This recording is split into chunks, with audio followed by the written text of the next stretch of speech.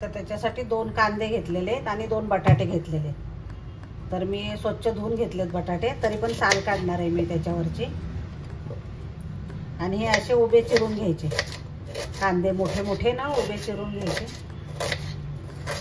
आणि बटाटे तर मी डायरेक्ट सोलून लगेच टाकणार आहे फोडणीत. पाण्यात वगैरे काही ठेवायचे नाही बटाटे. त्याचा काही आपल्याला शरीराला फायदा होत नाही पाण्यात ठेवल्यामुळे.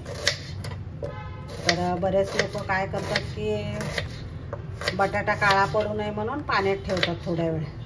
वांग बटाटा तसं नाही करायचं, डायरेक्ट आपण लगेच फोडणीला देणार ते.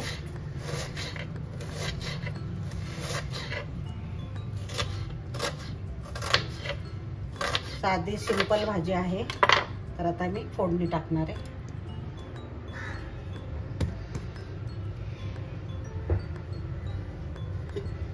कढई ठेवलेली, त्याच्यामध्ये तेल टाकायचं.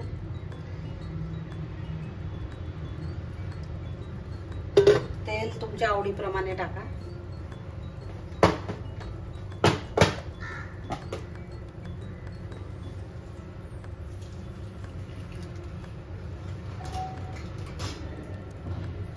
तेल तापलं की आपण मोहरी टाकायची.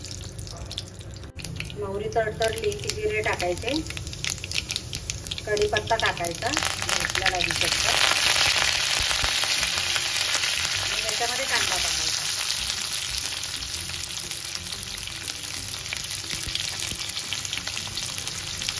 हे टिफिनसाठी पण खूप छान उत्तम भाजी आहे.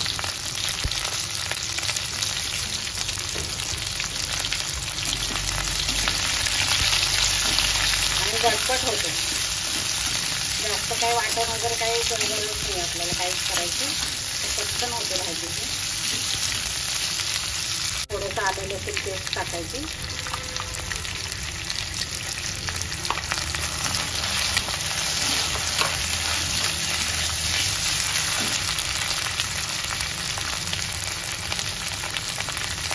आणि हिंग टाकायचं. हळद टाकायची.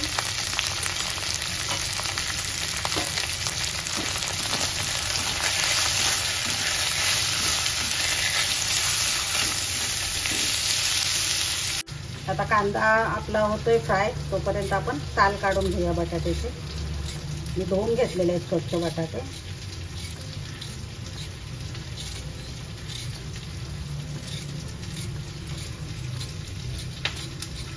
दोन्ही बटाट्याचे काढून घेते साल. साल काढून घेतली बटाट्याची. तुम्हाला जशा पाहिजेत ना फोडी तशा करा तुम्ही.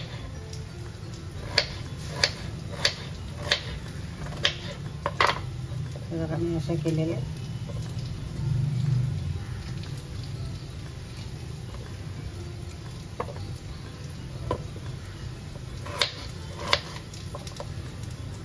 पटपट बटाटा कापून त्याच्यामध्ये टाकायचा आहे फोडणीमध्ये. आपल्याला धुवायची गरज नाही आता बटाट्याला.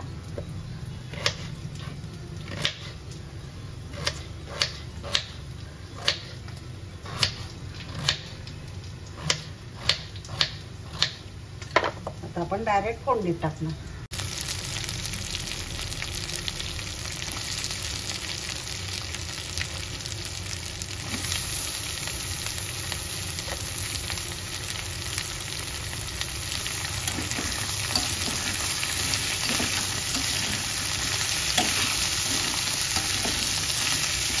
आणि 2 मिनिटं परतून घ्यायचं. मग आपण मसाले टाकायचे. मसाल्यामध्ये पण मी काळा तिखट आणि मीठ एवढंच टाकणार आहे. साधी सिंपल भाजी, करायला पण पटकन होते आणि खायला पण खूप टेस्टी लागते.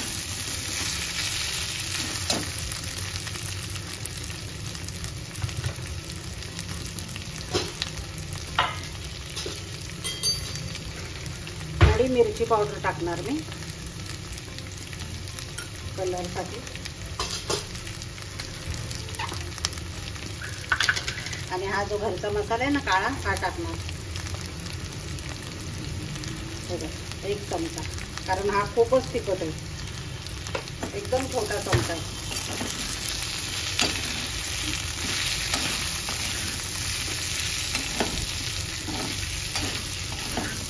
आणि मीठ टाकायचं.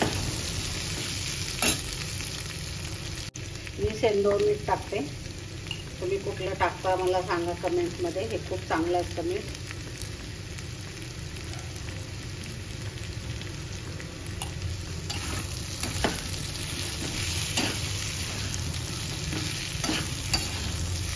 एकदम मस्त काळ्या तिखटातली आपली झणझणीत भाजी.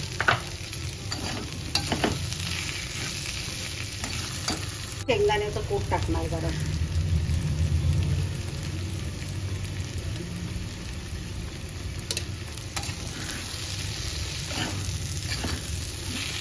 आणि वाफेवरच शिजू द्यायची. बारीक गॅस ठेवायचा आणि वाफेवर शिजू द्यायची. खूप टेस्टी लागते. आणि वरून कोथिंबीर टाकायची. झाली आपली झटपट भाजी तयार. बघा किती भारी वाटते.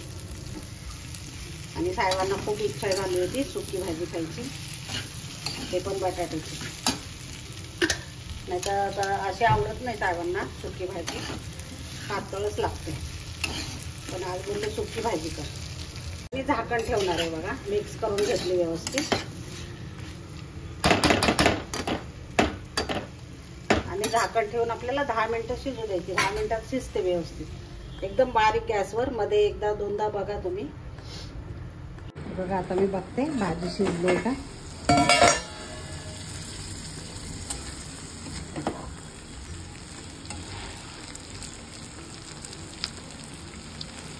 एकदम छान शिजलेली. हे बघा लगेच तुटते पटकन. तर मस्त शिजलेली एकदम चमचमीत मस्त भाजी. तर तुम्ही नक्की करून बघा ही भाजी. हे बघा लगेच तुटते. आणि इकडे ना मी सोयाबीनची भाजी करते. जर तुम्हाला पाहिजे असेल सोयाबीनची भाजी मी कशी करते साधी सिंपल, तर मला नक्की कमेंटमध्ये सांगा. मी तुम्हाला दाखवेल. आपण थोडीशी कोथिंबीर टाकून घेऊया आता.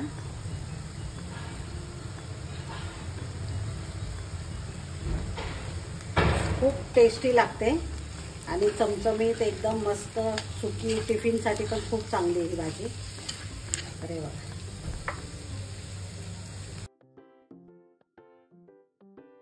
मी सोयाबीनची भाजी केलेली. तर तुम्हाला आवडली असेल सोयाबीनची भाजी तर मला नक्की सांगा कमेंटमध्ये. मी तुम्हाला ह्याची रेसिपी दाखवेल. बघा मंडळी छान चमचमीत भाजी तयार आहे. तर आवडली तर लाईक शेअर आणि सबस्क्राईब करा. धन्यवाद. ही जोड गव्हाची चपाती आहे.